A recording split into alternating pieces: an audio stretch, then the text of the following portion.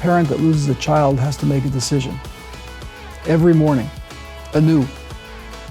Do you fall, or do you get up and start living again? And it's not a one-time decision, it's a repeated decision.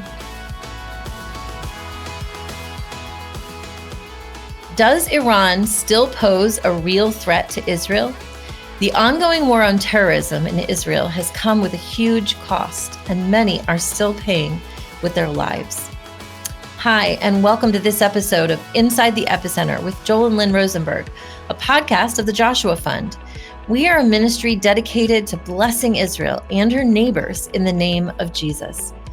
I am Lynn Rosenberg with the Joshua Fund team, and today we'll listen in as Joel speaks with Israel's ambassador to the United States, Yechiel Leiter. They discuss Israel's biggest threats and the hopeful future under the new Trump administration. He also talks about the death of his own son and the impact of that on his life and perspective.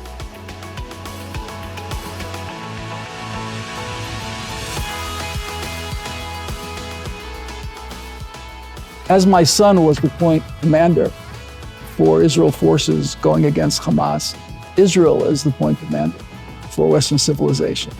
And I think there's tremendous appreciation for that on the part of the Trump administration. There's a clear understanding that there is such a thing as evil, and evil has to be dealt with. What's your message to the American people? And I would say also, if you widen the aperture, specifically to the evangelical community. Well, you know, Joel, when David Ben-Gurion, the first prime minister of Israel, came to the United Nations and made the claim for the return of the Jewish people to the land of Israel, he came holding a Bible. And he said, this is our deed. You know? This is a dream that's come true. We've remained loyal to the idea that the land of Israel and the people of Israel belong together. And we've come home. We've built an incredible country, a democracy in an area of the world that hasn't seen too many democracies emerge. We're very hopeful now that more will emerge. But we've also created an economic powerhouse. We have a greater GDP per capita today than many European countries who not too long ago were occupying the land of Israel. Yeah. So we've had huge successes, but we're also at the forefront of the battle of ideas. Together with the United States, and I think Prime Minister Netanyahu and President Trump are on the same wavelength in this regard, we're willing and able to say there's something called good and there's something called evil. And we're going to adhere to the good and we're going to fight the evil. We're up against an enemy today intent on destroying us, and intent on destroying not only us, but us as Israel as the beginning of destroying Western civilization. And that's the mullahs of Tehran. Could you talk about your son, Moshe, his service to the country and his death, and how that has not only affected you, but why it has given you, why wouldn't you just fold and decide the last thing I want to do is be in a highly publicized and tense, potentially tense role, maybe just want to be quiet and not be in the limelight? You know, one thing I discovered, Joel, after my son was killed by Hamas in battle, I realized that a parent that loses a child has to make a decision every morning, anew. Do you fall, or do you get up and start living again? And it's not a one-time decision. It's a repeated decision. And there's this little enzyme within you that kind of brings you down and tells you to give up on life and to be sad and not forge ahead with a constructive life. And you make the decision to live. And that's what my son would have wanted. And I feel him with me, you know, kind of on my shoulder. We were very close. He was not only my firstborn, he was my best friend. He was a very, very special, unique human being. He spent 15 years in special ops, actually trained extensively with the Delta Force.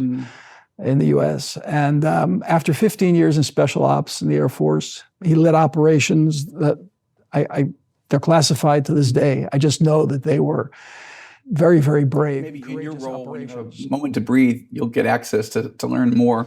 Most of these operations remain classified.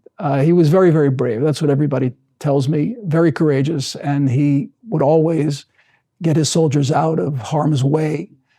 He always used to say, I don't want anybody doing any tremendous acts, Rambo-like acts, only when there's injured. When there's wounded soldiers, then everybody becomes a Rambo and gets their wounded soldiers out. And there were repeated incidents in this war where he saved his soldiers' lives. I feel him talking to me today and telling me to continue with life and to focus on the important things that were important to him. After 15 years in special ops, he went to med school. He was at 33. He was close to. He was a doctor. He was. He has received his diploma. And he was actually on October 8th, he was scheduled to start rounds in a hospital in Tel Aviv. And he led forces, actually. He was the lead commander that led the forces into Gaza. The forces enter in a kind of pyramid fashion, and he was the point commander. And he was really just a special human being.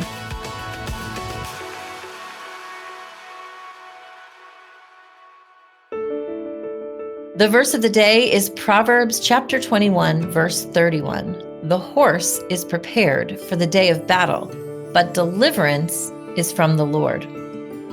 Will you join us that God will comfort and strengthen those who have lost family members and loved ones during this time of war in Israel and her neighbors? Pray that God would protect soldiers who are guarding the Israeli borders and would give them the strength to continue. Was Prime Minister Netanyahu hesitant, therefore, to say, we've been friends for a long time, I would like you to do this role. Is that too much to ask? He was very, very considerate. There have been a number of positions over the years that he had asked me to take, and I was very hesitant to go back into government. I spent time in government in the Ministry of Education, the Ministry of Transportation, the Ministry of Finance, and I had had enough of government. But actually, because of my loss, and because I want to forge ahead with life, I did accept his offer, or his request really, to serve as Israel ambassador to the United States. So as my son was the point commander for Israel forces going against Hamas, Israel is the point commander for Western civilization. And I think there's tremendous appreciation for that on the part of the Trump administration. There's a clear understanding of that there is such a thing as evil, and evil has to be dealt with. And I think there's appreciation for the fact that Israel has not asked for American boots on the ground. Right? We're the best ally the United States has, really, because we want support from the U.S. and from our European friends. We get a lot of support from our American friends, unfortunately less so from our European friends. We hope that'll change now. But the important thing is that we're united in the effort to fight the enemies of Western civilization. You're a rabbi, as well as an ambassador, as well as an academic, and someone who served in public office in multiple posts here in Israel. How does the Bible inform your own personal views, and how do you respond to the criticism, some of it very sharp, that you're a radical settler, you're going to make it more difficult to make peace with the Saudis or whomever? But let's start with, what do you actually believe, and how do you navigate that in this new role of Israel's point man to the United States? Well, I'd ask you, Joel, how could it be that Jews living in Judea is a controversial idea? Is there anything more natural than, where did Jews come from? Basically, you deny the right of us to Judea, you deny our identity as Jews. So I know that you don't. And the evangelicals, we get it. The evangelical community, the evangelical community gets it. I've had the privilege of being involved in the renovation, the restoration of the archaeological sites of Shiloh. Mm-hmm. And I've seen the evangelical communities come to visit. One of my beautiful favorite sites to visit here in Israel. Well, it's an amazing site. And I was insistent that we don't just leave it as archaeology, but actually make it come alive again, because Israel's come alive again. And it means so much to people who appreciate the Bible all over the world. Look, my doctorate is in political philosophy. So, I've studied political philosophy from the time of the Bible, and I've never used my rabbinical mantle at all. I studied Jewish theology for 8 years, but I haven't practiced as a rabbi. But I have practiced as an academic. And I can say that there's something very beautiful about the philosophy of the Bible. There is philosophy in the Bible. There is thinking in the Bible. There is rationality in the Bible. And it is necessary to study philosophy alongside the oldest philosophy, really, from the time that Abraham came to these hills of Judea and said, God creates man. Man doesn't create God. It was a revolutionary idea. And it's been persistent throughout the ages. And therefore man has rights. And therefore man has rights. From God. Therefore there's protected by therefore government, there's not given by government. Humans have autonomy, and they're in the image of God. And how much has been lost over the ages in certain philosophies who have removed the image of God from humanity. So I'm not embarrassed by that. I have a clear identity. I live in Judea, and You live just outside of Ephrat, which most evangelicals may not immediately hear the term, but it's Bethlehem, Ephrata of Judea. This is specifically where King David was born and raised. This is, of course, where the Messiah, according to the prophet Micah, would be born and raised. I believe that Yeshua, Jesus, is that, but that little town of Bethlehem. But that you live literally in that little section of the world. My oldest son, who we spoke about earlier, who was killed as he led forces into Gaza, was the first child to be born in ancient Hebron.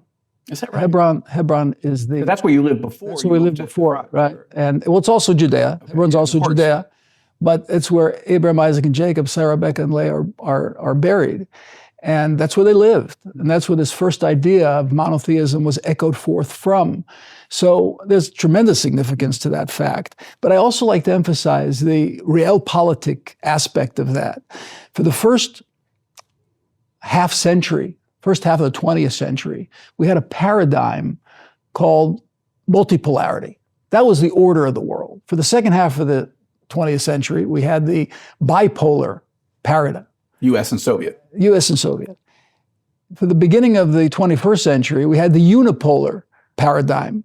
And everybody's been searching. Soviet Union was gone, the United States is pretty but none of those paradigms worked very well, did they? Because the multipolar system resulted in 2 world wars.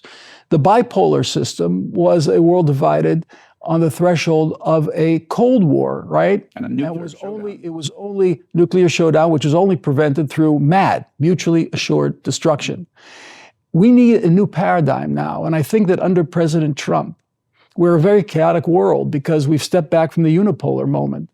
But I think that President Trump is going to introduce a new paradigm, which is going to be not mutually assured destruction, but MAC, mutually assured construction. I think he's going to have a very constructive approach to international relations. It's going to be a new paradigm, a new age, and it's going to be symbolized by MAC as opposed to... Interesting. All right, we're going to have to pick up that thought. But last question, just before we go, and we've got to go in just a moment, but what do you need from evangelicals? What does Israel need from evangelicals? And what do you need as a new ambassador in a country of 60 million evangelicals? We're not the majority, but we're influential. Well, first of all, I would turn the question around and say, what do you need from me? Okay. What can I do for you? I got a list. Okay, so I first want to know what I can do, what Israel can do. We want to be there for you, okay? We want to be there for you. What evangelicals around the world can do in return, particularly in the United States, first of all, is visit. You've got to come to visit, to actually... It's time to come back? Do you think it's time? It's time to come in come back, walk in the footsteps. I mean, be here, walk through the biblical homeland, feel and experience it. Come to our army bases, meet with our soldiers, meet with the people who have risked their lives in order to free hostages, in order to secure Israel and to secure Western civilization. And of course, in the United States, try to, fight back against this tsunami of anti-Israel propaganda, which has taken over campuses, which has taken over much of the media. It's propaganda, it's lies, an avalanche of lies. Avalanche of lies. We're familiar with that in regard to other issues as well. Israel is at unfortunately, has been sacrificed in this war of lies.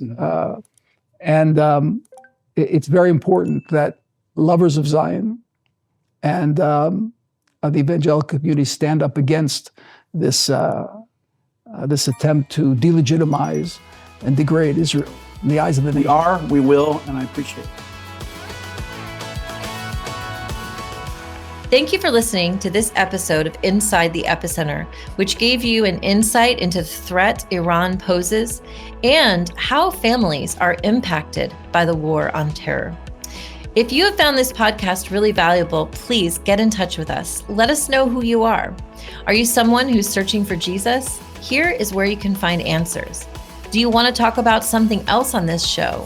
Do you have a question that you'd like Joel to answer? Please send any comments that you might have to podcast@joshuafund.net.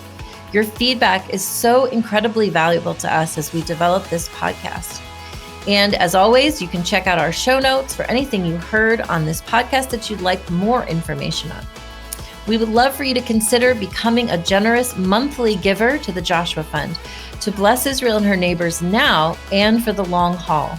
You could become an Epicenter ally today by signing up to be a monthly giver, and that really helps us to plan for the future.